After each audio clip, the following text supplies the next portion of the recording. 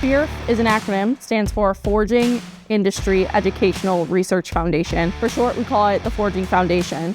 Our goal is to expose students to the world of forging and supply workforce programs to help them build that pipeline to feed into the industry. We started with just 8 teams our first year, and now we're all the way at 22. Gaining more students each year, we had about 170 students participate in this year's actual competition. This was originally not even part of our plan. We cut it a little too short and needed to figure out some way to compensate that length and add a little bit back. So at my dad's workshop, he had some dark walnut laying around. We decided to just kind of cut the original handle flat, add that on and sand it down and incorporate it into the design. And you mentioned it looks like a deer foot. My dad made that same joke, and that's part of why I went with this specifically, to really kind of lean into that look. So we utilized our in-house built wire arc additive manufacturing platform. So we actually 3D printed this using a welding wire and a MIG welding torch. So that makes us pretty unique. As far as we know, it's the first ever 3D printed using WAM technology axe in the world.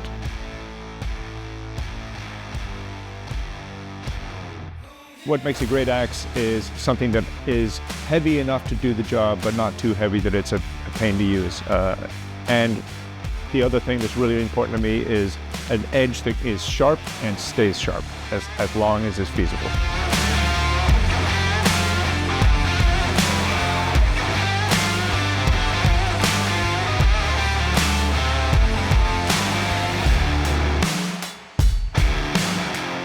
And I think what makes a great axe is something that when you swing it, it bites into the wood and doesn't stick. So you can pull it back out and make another swing in a different direction.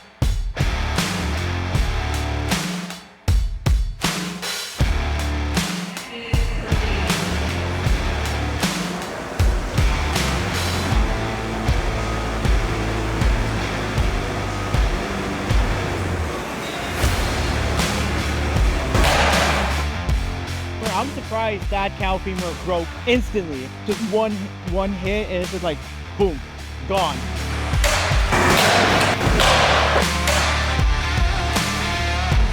I think chopping the log that we had was actually the most realistic test you could do. So that gives you the full, sort of your full body mechanics. It lets you test the tool in the way in which you'd use it in the field.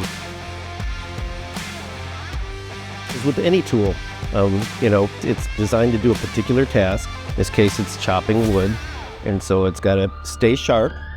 That gets down to your chemistry, your metallurgy, and your heat treating, and then it's got to have the right weight and balance and ergonomics. It's got to work with you. Okay, in 5th place we have La Jolla. For me, I like the fact it's lean and it's light and it's easy to use. We all like this Lumi axe. It's got a nice weight to it, and enough pull for a good balance. The edge did take a little bit of trimming and investing. I think one of the things that was an issue for a bunch of us is how small the angle got back here. All right, in 3rd place, Alfred. This axe does have a classic design, the way it's ground on the edges here. The handle has a lot of retention at the back and doesn't get too thin. It makes it easy to swing. So here we have the cater. A phenomenal axe and phenomenally executed. For those of us who are all blacksmiths up here, we're looking at how it was made, the materials that were used, the execution required to do what they did, and we're all super impressed with that. And they cleaned it up nice. It looks really good. All right, guys, and number 1, our winner, Go Mine. This is also a really comfortable axe to use. And the thing that pushed it over the top is the amount of damage it didn't take. We had the only double-sided axe, so a double-bit axe in the competition.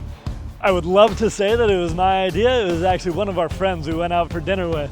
And he said, "You're making an American felling axe. The most American felling axe is a double-bit axe. That's what Paul Bunyan has." And so I'm very glad we took him at his word there and didn't think twice about it. And now we have an awesome axe that looks as cool as it is to swing.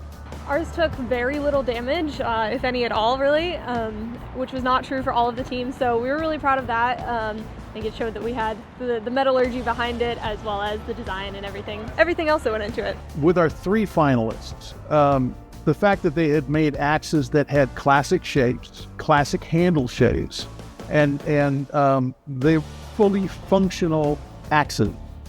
The amount of dedication, the amount of perseverance and initiative. There's a number of students that this was the first time they'd ever forged anything, and they didn't know how to do the job. They didn't know exactly what materials to use. They might not have had the right tools for making this themselves, and they made it work anyway and got to the point where they could bring something that we could test.